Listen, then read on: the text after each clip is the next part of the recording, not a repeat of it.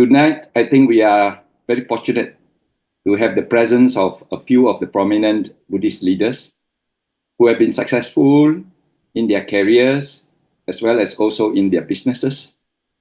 And at the same time, we are actually going to listen to some of their wisdom in their handling of issues, their handling of difficulties, their handling of people in their midst of their working life as well as also in their business environment. And without much further ado, we'd like to introduce you all the speakers. And we will start with Sister Elaine. Sister Elaine has a Bachelor of Economics and Finance from the University of Manchester. She qualified and was admitted as a member of ACCA. And when she was commencing as a graduate trainee with one of the big four companies, Pricewaterhouse, he was transitioned into business, starting from management consultancy and governance advisory. So basically in commercial and financial services industry, she has progressed from being a manager and of course becoming a director via both leadership development programs.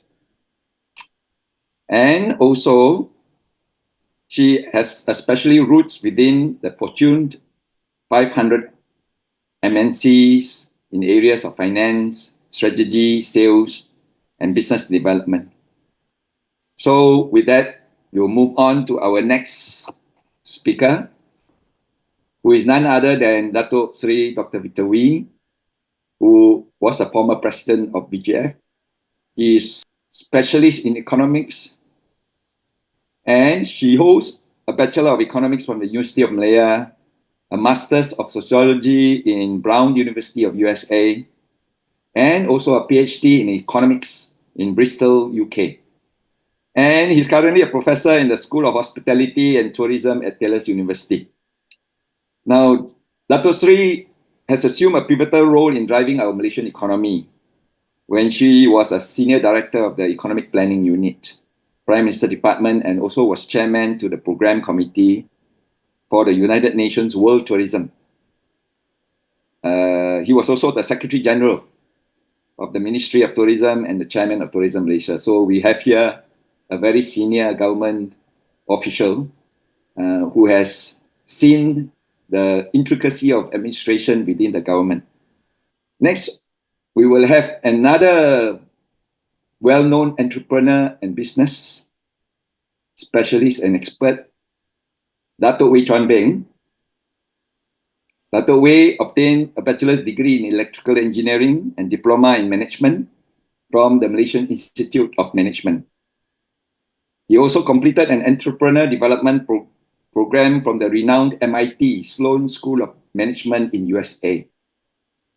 Datuk Wei is the founder and chairman of Digital Way Group with Sendirian Berhad, which is an accomplished industry leader with expertise in assessing global geopolitical, economic, and technological trends. So if you heard of Red Tone, you heard of Datuk Wei. So with over 30 years of experience in the digital industry, Datuk Wei is also a key figure in bridging a lot of local needs with international opportunities. So a good person to network with. Now let me go through what are the topics that we have gone together for the past 5 sessions since the 5th of September right up to the 14th of November. We talked, we shared, and we exchanged a lot of views on the right work-life balance, how we did sort of balance ourselves through our work, and at the same time, how to have the life, so work-life balance. And we also shared the importance of having the true friendship and networking. So without true friends, you would not have the support. Without the networking, you would not have the connections. Then we went and dwelt with the articulation and presentation. Communication is a very important tool in the progress of our careers as well as also our business.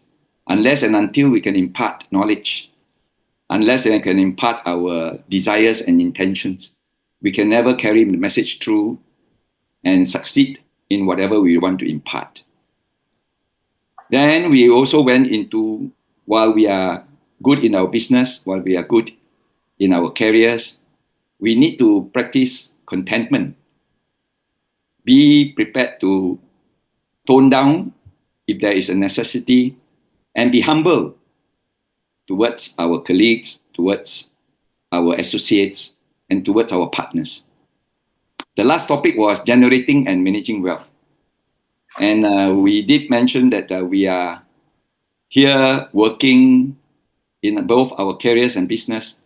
The idea is to generate wealth for ourselves and our families, and even for our communities, with a purpose of helping others too.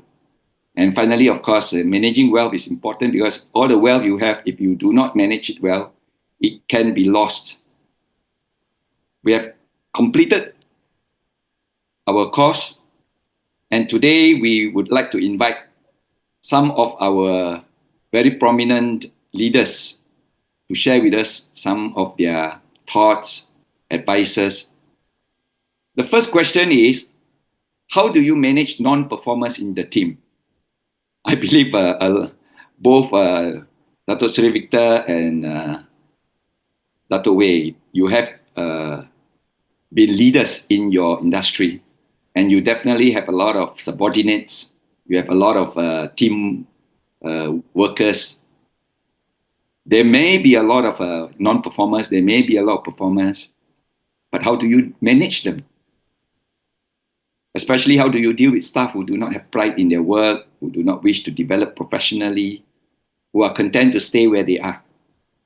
In other words, they are only interested in collecting their monthly salary. So how do you deal with staff who seldom and never delivers on time? There's always justification on why something is not done, isn't it? On time, or why it should be done properly. So can I have the honor to invite Dato Sri?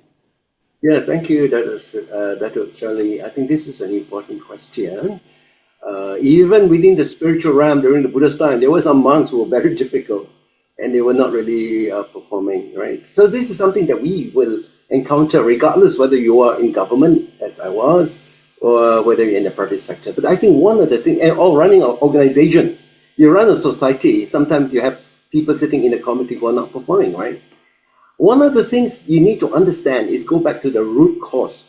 What is the reason for them not performing? Number one, is it because of the lack of skills?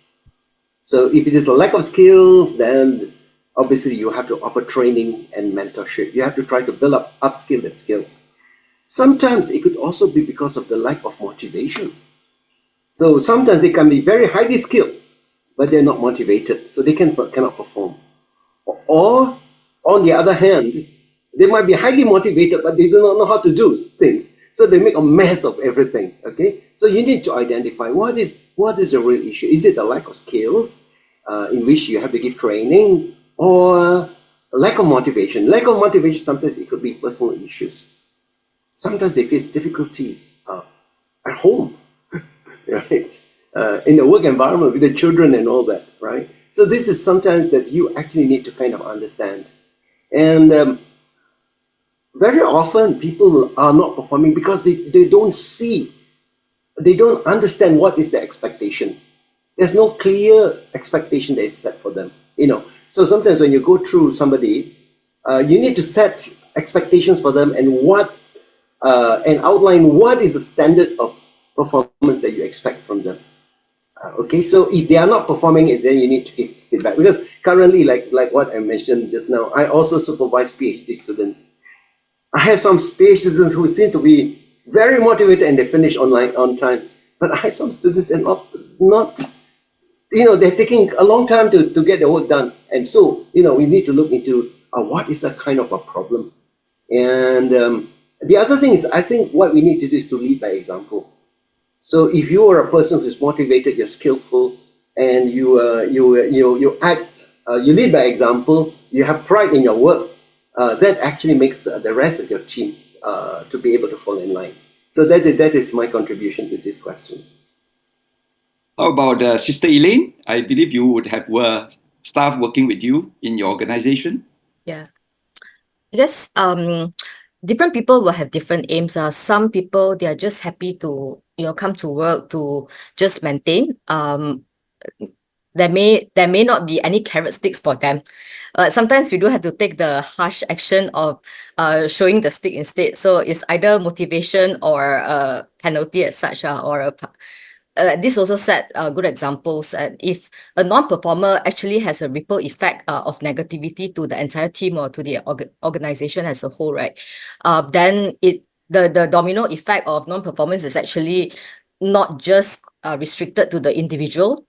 Yeah. So I think in my case, I normally have very, very clear performance development plan, because if not, also it will result in litigation, because they can come back and say, yeah, this is what I've done as per my contract. So it has to be very clear with KPI, the time to achieve it. What are they going to do? If there is any skills or upskilling or gaps, right? Then to talk about what kind of training and development needs that they need. But of course, immediate results are also very important. That's what they'll be assessed. Yeah, but hopefully within 6 months, like normal probation period, right? All these factors can be identified if it's not being assessed during the interview or case studies. I normally do case studies for interviews to see at least they can handle ambiguity, because non-performance in a lot of areas are not that objective in nature. Yeah. Okay, Dato, Yeah. now that you've handled quite a You. lot of hundreds of your staff, Well, that brings me back to work. Thank you for that reminder. Well, a few thoughts that come to my mind. I think there are 3 points there. First is about a team that could perform. And usually I would like to remind everyone, as I learned from Stephen Covey, that trust is speed. So we need to be able to trust, and with the trust, then a lot of things could happen very quickly without going through a lot of elaboration. However, trust doesn't come easy. Why? Because to trust a person, the person must be trustworthy. Then there's a further explanation, and often I use this. To be trustworthy, the person must be able to demonstrate, first of all, there is a character. Secondly, it is a competency.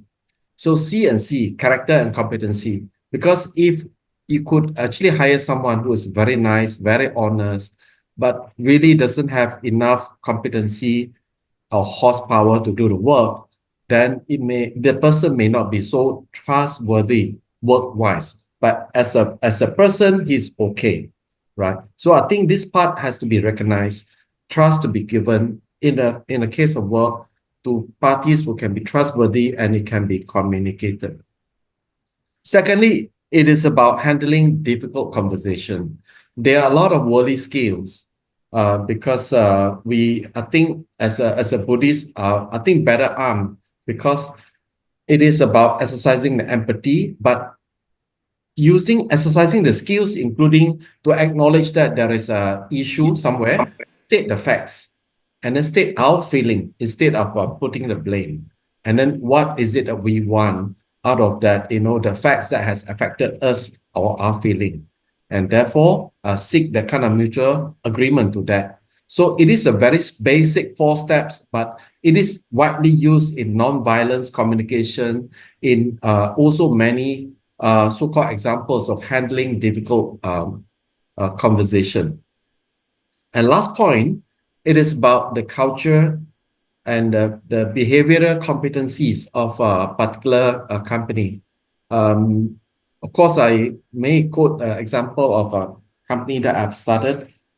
The staff, number one, continue to stay until today. And that it is not by chance. It is because the design of the culture and the behavior, according to a certain required behavioral competency, that is to have initiative, that is to have flexibility, that is to have strategic thinking, all this. These are the strategic orientation, information seeking, and so forth.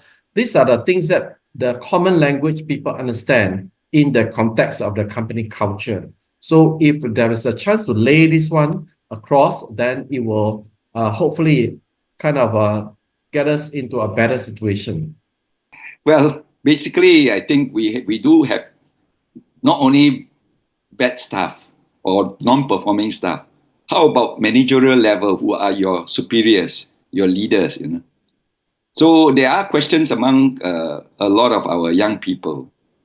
They always would question that when a manager who is not a good leader, so how do you choose to work with them? Because sometimes persons are not visionary, can be indecisive, does not try to promote healthy working relationship among the team members. Of course, worse still is this kind of person lacks professional integrity. Is it asking for a transfer? Then it's not an option. If that's the case, then how do I stay motivated at work with my job? Dr. Seri, you have any advice for this? Yes, I have my share of this because sometimes I in the past when I worked with government, I had some very good bosses, some excellent bosses, but there are some bosses. Oh my goodness, you have a problem, and sometimes they cannot communicate very well. They give you wrong directions. It is quite easy under such circumstances to feel demotivated because you find, oh, my manager is not effective, and therefore the department is not, or your division is not very well respected by people because the director, the person who represents the division, is the one who carries the image, and if you don't perform, it becomes a problem. Very importantly, what you should do is to focus on self motivation because don't remember, because your career path runs longer than the boss that's sitting down there. Over the lifespan of your working life, right? The time duration of your working life. Sometimes you work with people, but after a while you will be working. You will be managing, and maybe one day you become the boss, big boss itself. So you need to also focus on your self-motivation. You need to set personal goals and align your work with your values and passion. And when you have achievements, you kind of like celebrate it, but not in a kind of a bash, not in a kind of open way. You rejoice in your success. And if there is an opportunity for you to fill the leadership goals or leadership gaps, you can also take the initiative. For instance, to create clarity, to foster collaboration within the team. And this proactive effort must be done in a manner that improves morale and help to compensate for the manager's shortcomings. But you've got to be also quite diplomatic about this. Because sometimes when you're young, you tend to be brash, and sometimes you can be a bit of a show off. So you want to show the rest of the team that you know better than your boss, and that will actually get you into trouble, right? And when I was much younger, I also fell into that kind of category. I said, what is my boss doing? I know better than him. And then so in the meeting, you raise your hand and you express a view, and it doesn't go very well with the boss. So sometimes we also need to be a bit more diplomatic, a bit more patient, but contribute in a positive way, and try to build up a strong peer relationship. Because if the boss is not giving very good directions, the only way that the team can move is when amongst your peers that you build up a relationship, have a kind of support network in a team so that the work environment becomes positive regardless of the boss. Yeah. So this is how the division can still function, because then you're actually playing a proactive role. And believe me, don't think that this kind of things are wasted, because there are eyes all around. Your colleagues will see what you're doing. Your subordinates will see how you're acting, and the other bosses will keep an eye on you. And next time when it comes to promotion and all that, you might actually be considered in the promotion list because of the kind of proactive way that you play, but also in the kind of in a collaborative way, not as a way of undermining. If your boss doesn't perform, you undermine him. Don't try to do that. Okay, try to build a team, and you play your part in that. I think this question I would like to dedicate it to or direct it to Dato Wei. Dato Wei, this question asked is, I try to steer clear of office politics, but sometimes I get drawn into it. So how can I avoid getting involved in office politics without jeopardizing my career path and future with the company? Do you have any examples or cases where you successfully navigated office politics? But I believe you became a boss very much earlier in your life. So you may have, what do you call, more involved at the top level, but when you were subordinate, do you have this kind of issues, and how do you successfully navigate it? Of course, office politics is everywhere. Some may have less, some may have more. I started my career with that is supposed to be a very open and very progressive company, and yet we find that the politics, just as I left the company, it has exploded into something that caused the downfall of the company, not because of me leaving, but because they hire, the new CEO from outside, and therefore the CEO brought in a new group of people and then merged with a couple of other companies, and that caused a eventual disintegration of the company. But that is actually a very typical example of factionism and politics. But here's how I look at it. The fact is this: we are in worldly life. We can't avoid, being either affected in one way or another in this kind of political situation, be it in the company or even at a bigger picture, the country's politics, or a more macro picture, a regional geopolitical situation, as well as a global politics. And personally, I'm very fond of this topic, not because I am in politics or I play politics, but because we need to be aware of how political games are played. And often I find myself not being wise enough and get set into some form of trap as well. So it is not uncommon. But as much as possible, I wanted to avoid those people who are kind of poisoning others, taking sides in a very kind of malicious manner and causing discord. And therefore, I also would like to refer to the sutta that we've been learning so often, that is Mangala Sutta. The first verse is about not to associate with the fools, associate with the wise, and honor those who are worthy of honor. And I think in this regard, in my life, having demonstrated that there's a goodwill for us to recognize in a lot of situations, a lot of people, instead of taking sides and playing politics. And therefore, I just find that there are so many occasions, there are helps coming in my way when I come into a certain situation that is very unfavorable. So in Chinese word, it's called 贵人. So if we play a lot of politics, chances is that we will get into a situation with a lot of those people who are very small-minded, a lot of xiang. So I think it is the choice that we have to exercise and not to associate with our fools. Dr. Sri, any thoughts on this?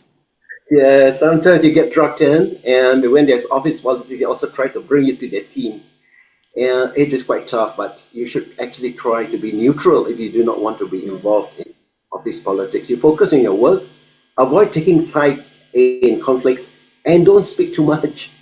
Because sometimes in one group, you might want to say certain things that is good for them to hear. But what you do not know is they will start repeating what you said, and they will distort it, and that's not good. So you actually have to watch your speech carefully. You have to be transparent, communicate openly and clearly, so that there is no misunderstanding, and help to build trust, because you need to build a reputation as being fair, as a reliable team member, and who do not gossip, who do not want to listen to gossip, do not contribute to gossip. Okay, enter 1 year and go out the other year, and then you move something. So people know that you're not going to be involved in this. This is as much as you can try to do. And also sometimes you also need to make use of diplomacy. You have got when you're being dragged into a situation, you have to be quite diplomatic about it, and you must always show that you have interest in having positive and solution-oriented discussions. So they will see you as a positive person moving forward, not a person contributing to tribalism, fighting with the other team. All right, and when you do that, actually. But sometimes things could actually get beyond your control, but you can try your best.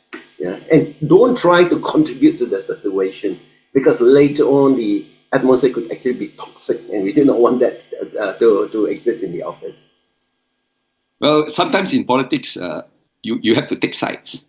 And taking sides, is it saying that you are what you call part of this faction, and subsequently when this faction succeed to go up the ladder, then you will also be pulled along. But is that a reasonable way to get yourself promoted? Right.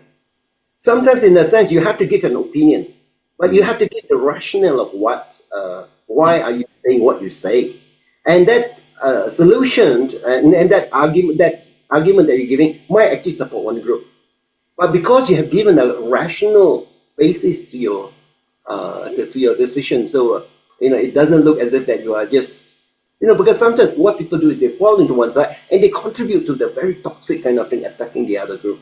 But if you want to kind of rise, you can actually decide which team gives a better solution. Sometimes the solution just don't come from one team, but it can come from another team. And you can also recognize the strong points that's coming up with the other teams. And when you try to do that, looking at the ideas and put forward the idea in a positive way with reasoning, and people will say, this guy is really positive. And while he might be seen to be on one side, he's not really like defending that side. He's doing it on the basis of rational.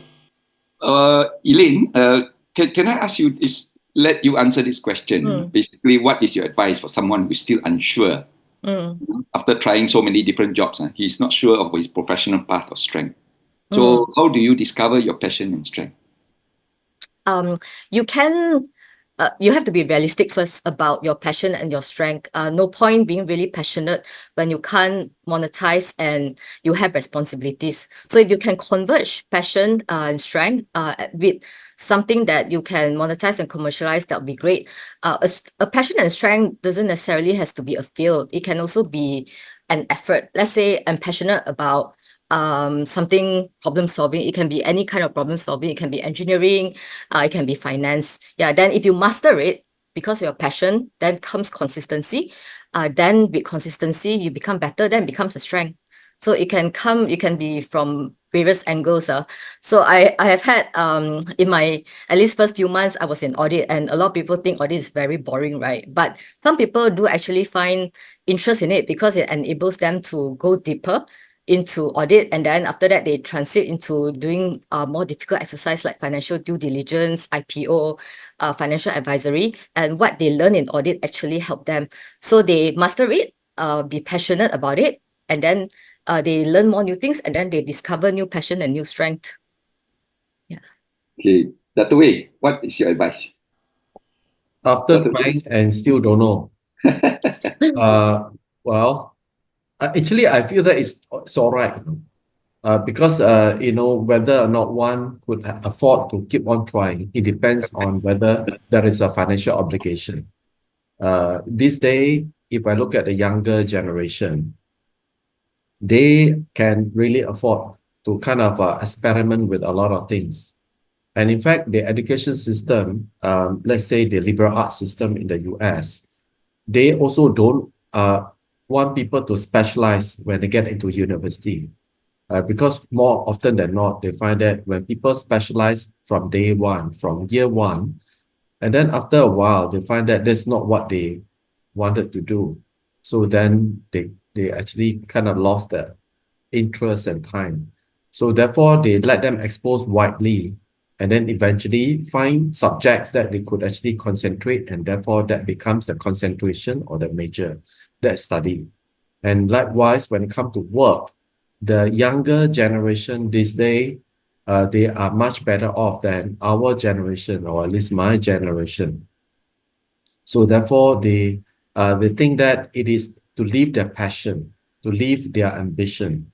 We also harbor our ambition, but we thought that, to have a livelihood to feed ourselves and others is more important than our interest and the passion. So therefore, when we are given an opportunity, we try to do it well, out of no choice or out of the wish to have a higher purpose, not because of what I like, because of what I need to provide for.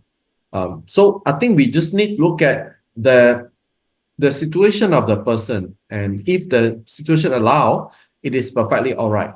In fact, those I'm aware, and in fact, I've quoted also example of those who didn't know that they could one day become such a outstanding entrepreneur in the form of the so-called empire built by this KFC, because it is actually a very useless person. The whole life didn't do much, just work in the kitchen and thought that the life was done until you know until after his retirement. And one day, and when asked about when he actually realized that he really wanted to do something, or else his life is ruined at this age of, let's say, about close to 60. So he found that throughout his life, the only thing that he can do well is actually to cook something in the kitchen. So therefore, he actually worked out his recipe, and then presented this to neighbors and so forth. That is a Kentucky Fried Chicken, and eventually that became so popular, and he managed to eventually expand that. The rest is actually history. So therefore, it is not even too late to actually start at about 60 years old. And in fact, some other classic example in Malaysia is like Goh Chok Tong. Of course, to kind of build the Genting Empire is one that becomes an inspiring story, even though gambling or gaming business, it is not what we aspire to do, because it is not part of the right livelihood.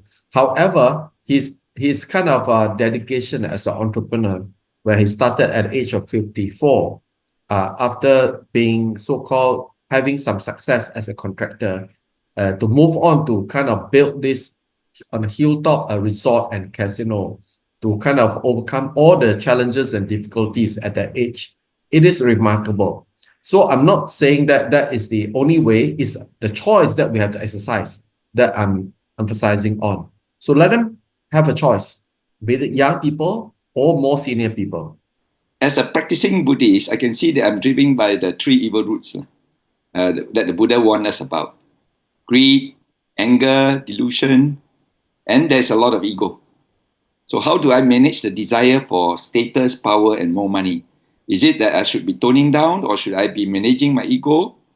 Because his fear was that he's not doing as well as others, and that I'm not as successful as my peers. So what's your advice, Dato? Oh, thank you. uh, well, I think it is unavoidable as a worldly person that we continue to be dragged into the direction of greed, anger, delusion.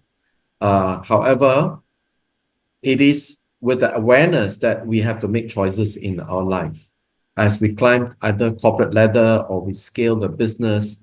And I particularly are drawn to Mangala Sutta, so therefore I'm going to use more of that example, because it is to give us the idea that if we want to live a good lay life, first of all, we must be skillful in doing whatever we are doing, and we are industrious. So that is, in fact, to bring more income and to be able to kind of do whatever well, and therefore be well off from there. That's at the very early stage, right? And then while doing that, we still have the duty to take care of parents, to take care of family, and to also do some practice of dana, observing sila and bhavana. And then subsequently also have more opportunity for us to have the sight of more holy people, the practicing people, and so on, continue to associate with the wise. So I think, you see, it is a spiraling up process. Unless we want to take the rocket and straight away become monk or nun, and such a way that we don't have to worry about, living, having to kind of worry about livelihood and other things. But otherwise, as we live our life, think we have to take one step at a time and be comfortable. Obviously, as a layperson involved in some kind of career, you would have certain goals, your career goals. You want to get promoted, and along with the promotion comes with more power, more influence.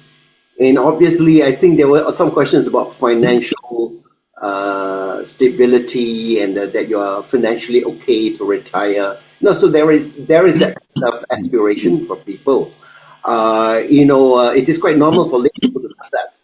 but the level of desire could actually differ. There are some people who take it in a very clear-minded manner, but others becomes crazy about status, crazy about power, and crazy about money.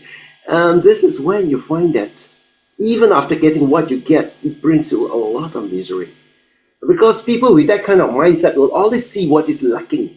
They always look over their shoulders and see, oh, others are doing better than me. Oh, maybe I should do this, maybe I should do that.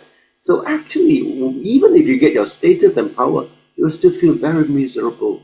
So as a practitioner Buddhist, it is okay for you to aspire to set targets for yourself, but please don't be crazy. So this is the idea of how do you manage your ego. Sometimes ego because you are successful. All right. When you are successful, at that time, please practice gratitude. Because the success does not belong to you only. The team becomes successful because of the collective effort. All right. So just have some kind of gratitude that this success that we have is because of the joint effort of everybody. That's why it becomes successful. The second thing that we need to have is to have mindfulness. So you need to kind of observe your thoughts and emotions, and actually without judgment, in order to understand and manage your desire. It is easy for me to say like that, but I think the best way for you to find this out is maybe to go into a retreat. Because when you go into a retreat, when you observe the thoughts and your emotions, and you observe it not to be involved in them, that's what we do in our daily life. In a retreat environment, you step aside and watch your emotions and thoughts as if it is separate from you. And then you can actually understand what is it that motivates you, and it helps you to really manage the desire. I think that becomes important. Okay, so it is having the right kind of perspective, having mindfulness, and a reduced comparison. Okay, because everybody's journey is unique. You focus on self-improvement. Okay, so don't be so blown out thinking that this is my ego, I'm successful, and then eventually when something don't turn out, it's a bursting of a balloon. So be reasonable, and have that kind of humility, practice gratitude, and also have clarity, practice mindfulness. I think that is how you can actually handle the unwholesome roots, because these unwholesome roots can actually worsen your life even if you think you have gained everything. And we do not want that. You become very miserable because of these unwholesome roots of evil. So you need to be able to understand and handle the unwholesome roots. It is self-management. But does contentment and humility plays a part in trying to arrest these issues? That's the other part also, that you need to have some level of contentment and also to have humility. And those are really like spiritual qualities, right? Having a contentment. But sometimes people think, oh, if I'm contented, then I won't make progress. No, contentment actually helps you to support not only your spiritual progress, but also in your work. Because if you are always not contented, you actually create a lot of trouble for everybody. Everybody around you, your family members, your colleagues, especially when you are not. There must be some level of contentment, some level of happiness that you have working with the people around you. And contentment in yourself also, self-contentment. How do I normally tell if one is a performer or not? That's the first part. And the second part is, how will I know whether the person can be trained or not? Elaine, would you like to start? For the first question, how do you determine whether a person is a performer or not? Performer, yeah. If you don't set clear goals, they may be top performer, but they do not necessarily know what goals they're aiming for. Hence, it becomes counterproductive, right? So I'll set goals and monitor lah. And then of course they are allowed to then go the extra miles and contribute areas creativity. They have that freeway to even outperform and exceed expectations. So timeline is very important. Objectives is very cliche, but the SMART objectives are very, very clear guidelines, right?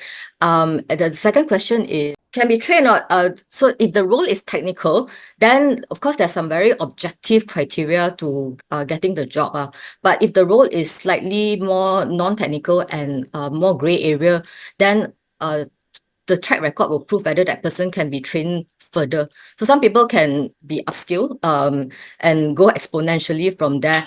It will have to be put in a situation where they are allowed to empowered to make some decisions within a controlled environment. Yeah, I hope that answers the question. It also depends what area. It's very hard to pinpoint without understanding whether it's technical or not, because to me, performance depends on very clear objectives. Building your business foundation or climbing the corporate ladder, is it common to work very hard and dedicate significant time of your life at work, often at the expense of your family, health, or spiritual growth? So looking back, if you have a chance to redo the things, how would you approach it differently? What would you envision an ideal middle way that balances work, family, and spiritual well-being? So this is the work-life balance kind of a question. Okay, good question. In the first place, there is a need to acknowledge that the life is imperfect. Yeah. If you go to one extreme, something got to go. So therefore, balancing, it is about internal balance to start with. It is not so much external balance, because internally, how balanced you feel, you are living your life, right? So that's why sometimes I know that it is actually rigorous, but I'm willing to push that way, and I still feel balanced, because I don't feel off balance such that I lost sleep over this, that I feel so regretful. So I think that is important state. Secondly, me included, for sure, have made a lot of mistakes along the way. And it is not with the thought that how do I relive that part of my life, because that part of life will never come back. However, what is important is what are those lessons learned and the take away out of that experience that we have gone through? Because every experience, even the most nasty one, I now reflect that it is really a great gift that otherwise I wouldn't have understood such whatever the situation that one may be in. So therefore, find the balance from within and choose whether to take it a bit more rigorously or to take it a bit more easily, and see how you feel about this. And also get feedback from people whom you care about, like family and so forth, and your staff and your partners and so forth. I think their feedback is very important.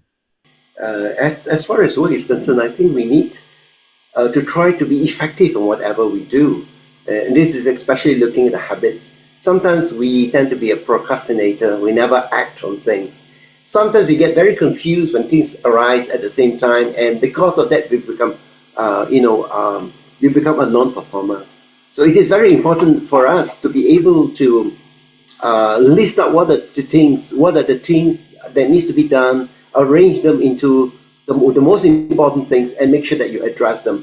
I do not know whether you do a list, but I find that sometimes doing a list is really quite important.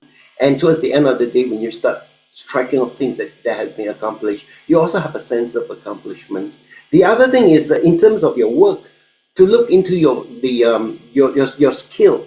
Actually, in the Mangala Sutra, if I might quote, it also talks about skillfulness. That whatever you do a very good job, and you make sure that you become very competent at it. So if you can do that, actually you don't waste so much time. Because sometimes people spend too much time in the work because they're not effective in doing. The delivery is not there. And so they just give so much, and they completely lose the vision of everybody else. The second thing about the family, just as when you get involved in your work, you must also be able to stand back a bit and just watch the people around you. Sometimes people get so involved in their work that even their loved ones, the little kids, looking into their eyes, they don't actually see the little daughter or the little son. They don't see. They're not present because their mind is somewhere else. And that is where Venerable Tinyahan says, be open, be ready, be open for your loved ones. Okay, so that said, you are available for your family. And the other thing about the personal well-being, I'm not sure whether do you take some quiet moments sometimes, maybe in the morning or some things, in order to sit back, to have some quiet moment of awareness, of compassion, or if you practice loving kindness, also to send some loving kindness on you. So when you begin to do that, somehow your life feels to be, being focused, and you feels like you're together, rather than your energies being dispersed. So these are some kind of things that I think, that if you kind of manage it well, then you are effective in doing your work. You don't lose sight of your loved ones, and you're also looking after yourself. So I'm just very curious, what did the Buddha say about luck in the sutta? Did he even mention about luck? And I'm also very curious to understand what your personal thoughts are or ideas about luck and its role in one's development professionally as well as spiritually. I think the Buddha did mention about luck because, coming from India, it's a society with so much superstitions, beliefs, and there are people who try to look for. Actually, when you look at the word mangala also means omen. Omen means what are the signs, auspicious signs. In the way the Buddha has handled the word mangala, instead of looking at it as omen, he looks at it as blessings. What are the things that we can do in order to get blessings in our life? And starting from a person who's about to start his spiritual path, right association, avoiding fools, like residence, right up to finally in a kind of a spiritual well-being. So the Buddha have dismissed people who have just depending on luck. You talk about luck because you don't quite understand how things work. Actually, in Buddhism, we talk about karma, because if you can understand the nature of karma, the things that you have done, the things that you put within your own mind, the actions you have performed, actually creates the situations for certain things to happen. Why do some people seem to get all the good things happening in their life? Actually, if you understand from karma, it is because of the action that they have performed. They have created the opportunities. They say, merits open the doors of opportunities. So if you're a person who has always engaged in merits, if you want a teacher will appear. Certain things will happen to you, or if you have merits. And if you don't have merits, that is when everything's to be blocked, and they say, well, no luck. So the way that you can create your luck is to perform merits. That when you perform Dhamma work and all that, the merits will open the door, and you meet. In my life, I meet with the right people. If I want to do something, certain things will appear before you, and the opportunities will be there. Do you call that luck? If you understand the law of karma, you understand that this is because of the merits and the law of karma. That's why it happens that way. Tonight, the favorite sutta is Mangala Sutta. And in that, one of the verse, it is about to reside in a suitable locality and to have done meritorious deeds in the past and to set oneself in the right course. So to have done meritorious deeds in the past is something that we have no control of. However, that has an effect of what we are reaping today. So, but as we project the life forward, if we can do some meritorious deed today, that means we are getting ready to receive the fruits of that meritorious deeds, maybe the next hour or tomorrow or whatever time in the future. So when the conditions arise. So what are those conditions? We will contribute towards preparing the condition as well. So therefore, our intention, the people whom we associate with, and also our diligence in the preparation. So then suddenly we find out, oh, the timing becomes right, and the right people also appear. And as such, then the luck is with us. But the luck favors the prepared mind. This the saying.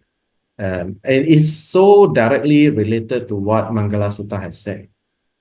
What ways has your understanding of right livelihood shaped your approach to business strategy?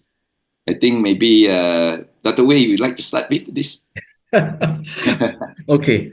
I think first of all, there's this demarcation. What is the wrong livelihood? I think wrong livelihood, it becomes very clear to us. Those that involved in the killing, in the stealing, in the trading of arms, weapons, poisons, and entertainment that cause the indulgence, drugs, and so on. These are the very clear wrong livelihood if we were to get involved in it. But anything above that, it is going to be somewhat gray areas because it is not like a complete shade of white. It's not certainly not dark.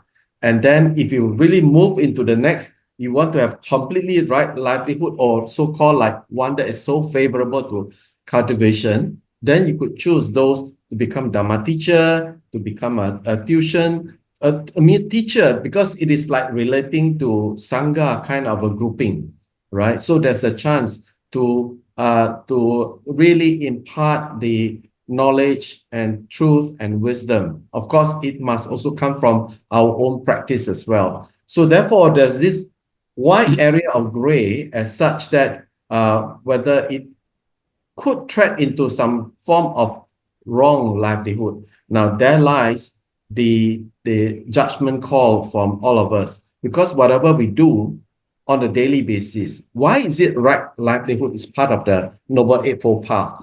It is because this is how we live our life. And when we do the cumulative kind of action over a long period of time, it may be a small bad or negative kind of a karma, but then it can accumulate, snowball into something very significant. So therefore, the Chinese saying is that 不以这个善小而为之，不以这个善小而不为之。That means don't because the evil is small that you could do it and continue to do it, and that accumulation is the one that can be very heavy eventually. What are the habits that you maintain faithfully that have helped you become an effective professional?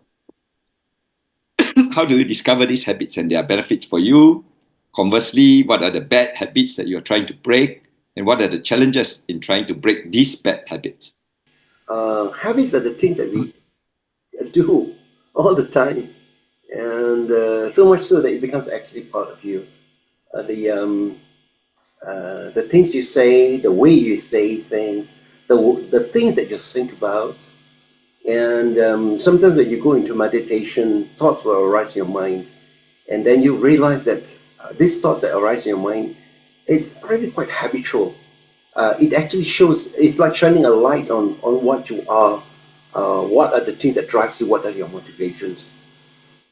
I think as a practicing Buddhist, what we should try to do is to engage in good habits that are positive, that helps to build up your compassion, your understanding, your alertness to people, that you have empathy for them, and so these are the kind of things that actually help you to be. Sometimes people think that in order to be successful, you need to be tough, you got to be nasty, you got to throw files around. But sometimes when people show their anger like that, while they can get certain things done, it creates a lot of very unhealthy atmosphere in the office. And eventually you find that people do not really want to work for them. It is very important for us. Habit, one of the things that was also mentioned in the Mangala Sutta is to be well spoken, to speak well. When you speak well, there are many aspects of speaking well. For instance, you do not speak in a manner that creates tension, or speak maliciously or backbite people. You speak the truth. You speak with kindness. You speak so as to benefit other people. So when you have that kind of approach, your communication becomes very positive. And even when you have a critique, your criticism is taken in a very good light. Just yesterday, I was on the examination, you call it a viva, where the students have to prepare kind of a proposal before they can do their research. And sometimes I also do a viva in order to see whether a person passes is a PhD or not. And this time I had a student, there was a student from China, and obviously the proposal was not very well written. I think she did it in a rush. She had a baby, and so the whole thing was not very done well. Sometimes when you see work like that, it is very, some examiners, what they do, they would just criticize. They say, oh, that's not good, that's not good, that's not good.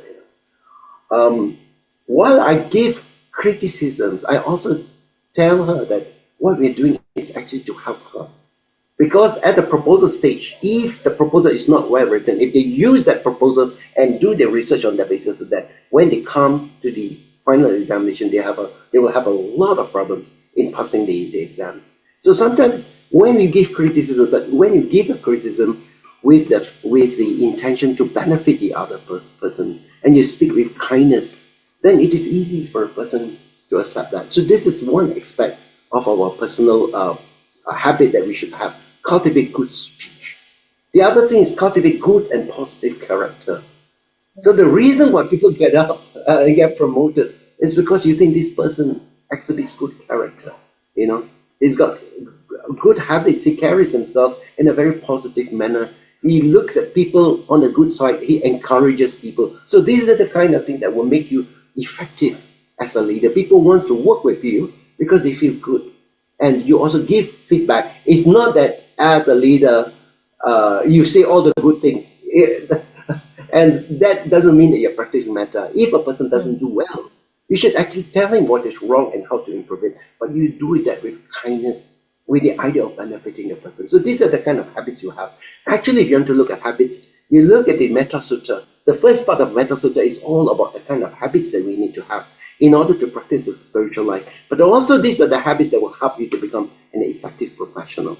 So having good habits, and these are the skills that you can develop by practicing the Buddha Dhamma. I joined a new company in industry, which he has zero knowledge, all right, about as a manager. Then he says, how can I lead a team who knows more than me about the industry? How do I win their respect? In other words, based on the experience, what is a reasonable period of time to earn the trust and respect of team members? And what is the shortest time you have encountered, and what's the longest time? When I started business, I have hired quite a few people to start with. Then subsequently, just after more than a year, maybe 1.5 years, I hired my former boss in. The reason being, I thought that he would know more than me in managing the business. But I was perhaps looking at it from entrepreneurial point of view. But it turns out that he was a good manager, but may not be a suitable entrepreneur, because entrepreneur needs a lot of agility and so forth. So therefore, what is required out of that role may have to be understood.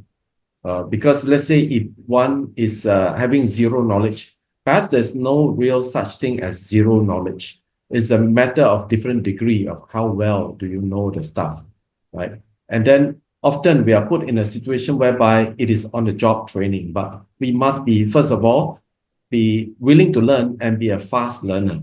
That means to be very dedicated to learn and be exposed to that. Example would be, most of the people here may have become parents before. When you first become father or mother, you really would not have prior experience, maybe in a previous life.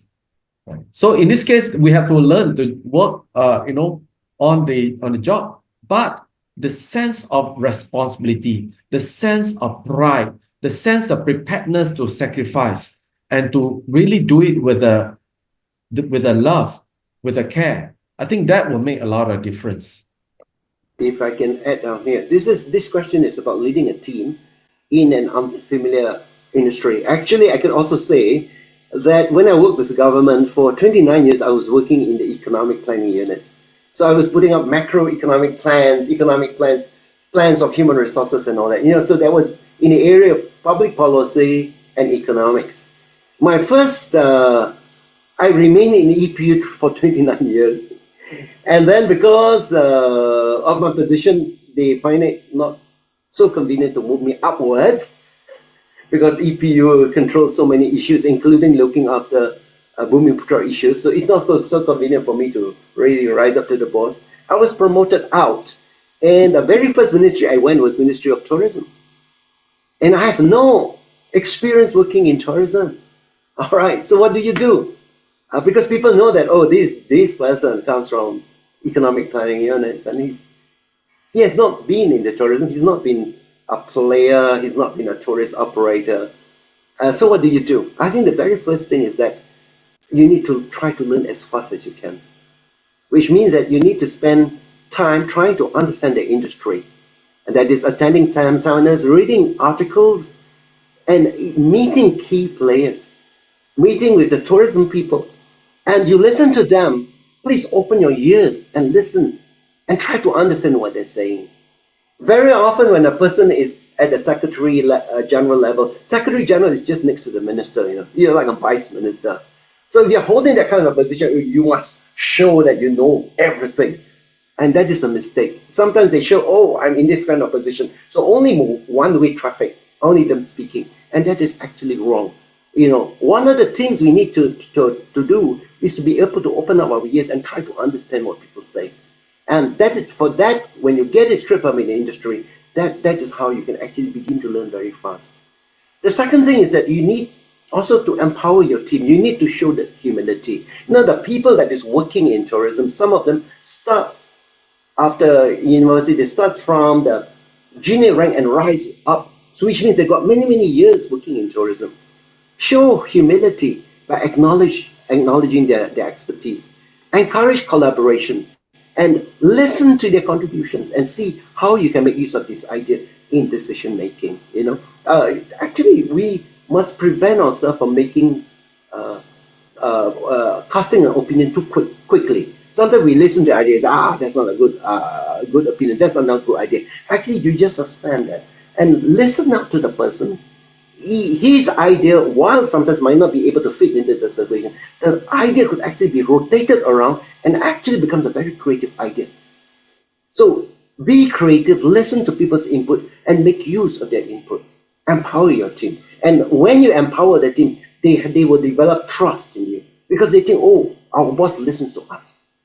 And it is very, very good. Because if the boss does not know anything and he wants to impose his views on everybody, it makes everybody frustrated. And then how do you win respect? You demonstrate strong leadership by setting goals, by solving problems, by effective communication, by listening, and by solving problems, and by inspiring people so that the whole team could move forward. What is a trust timeline that you can have? Shortest time maybe a few weeks. If you have consistent and respectful engagement, very quickly opinions will be formed about you, and they will have trust. Longest time, maybe you take about a year, especially when the hierarchy of the organization, and you might not be really at the top, so sometimes it might take a longer time. But it is very important for you to learn to open up the ears, to listen more than you speak, and listen carefully. Listen to what is it they're saying. Sometimes they might not express themselves very well, but try to get an idea, what is it that you're trying to express, and then make use of the ideas to build something together.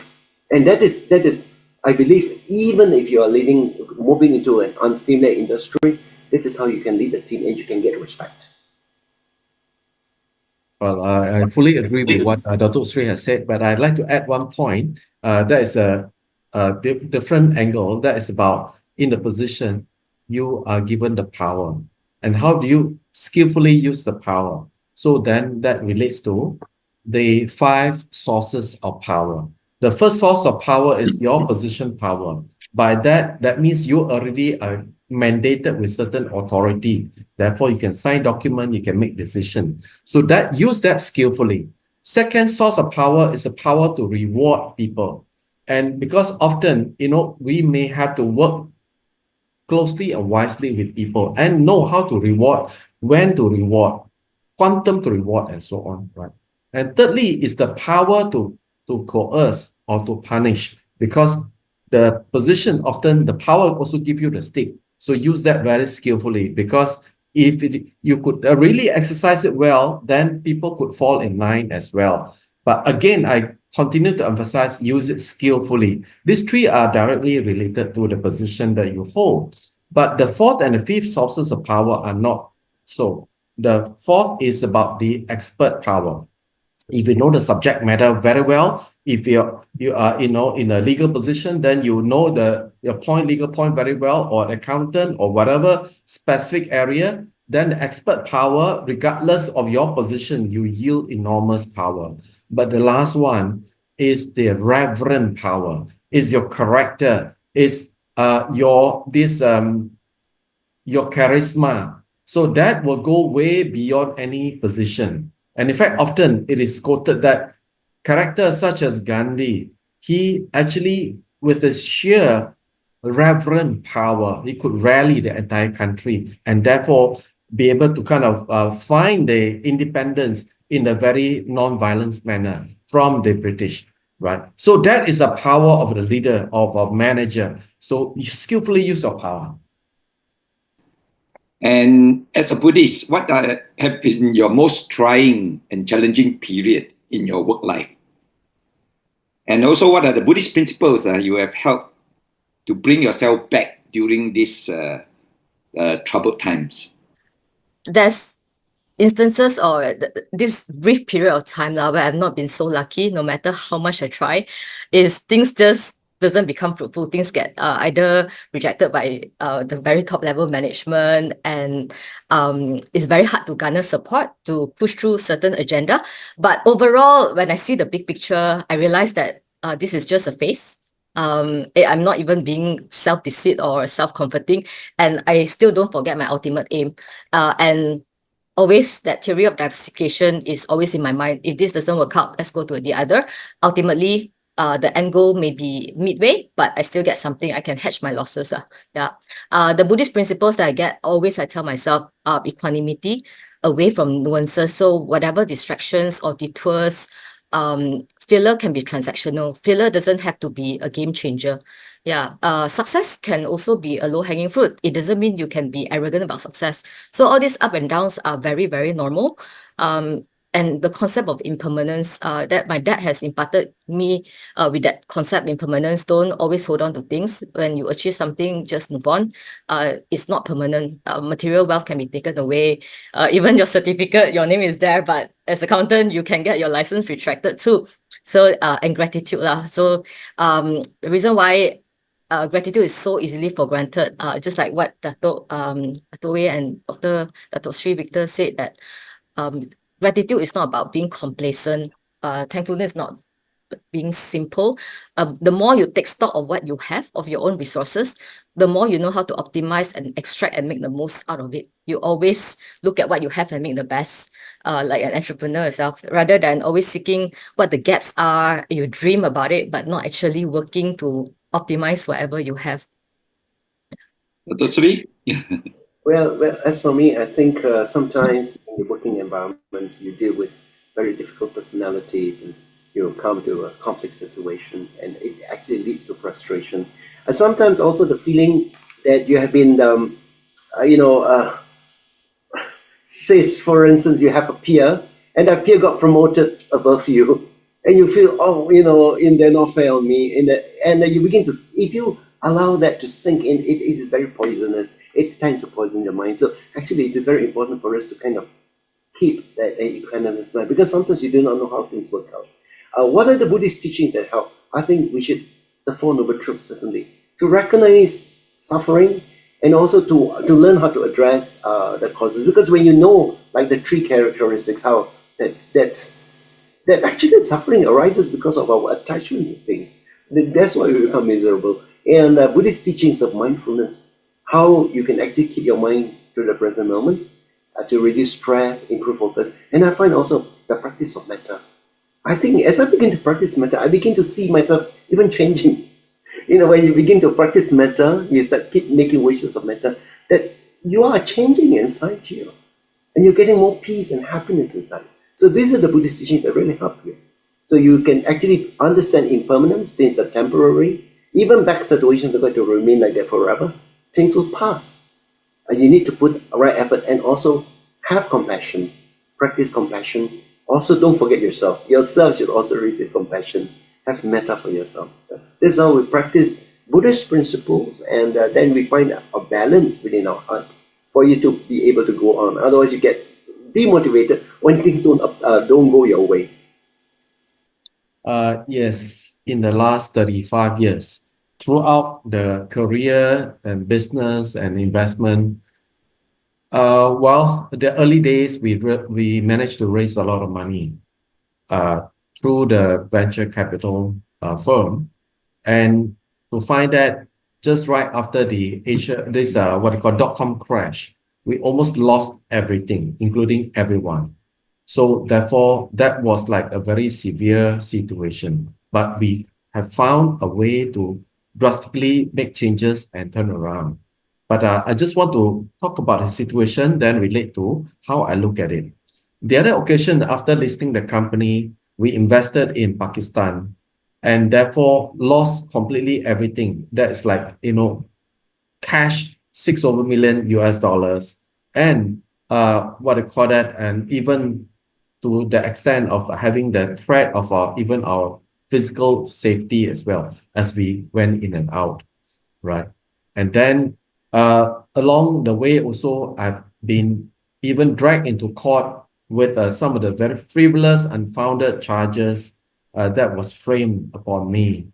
And therefore, these are the situations that I could recall to be like severe. First of all, I think the helps of a lot of our Buddhist brothers and sisters, our friends, will be very helpful to me.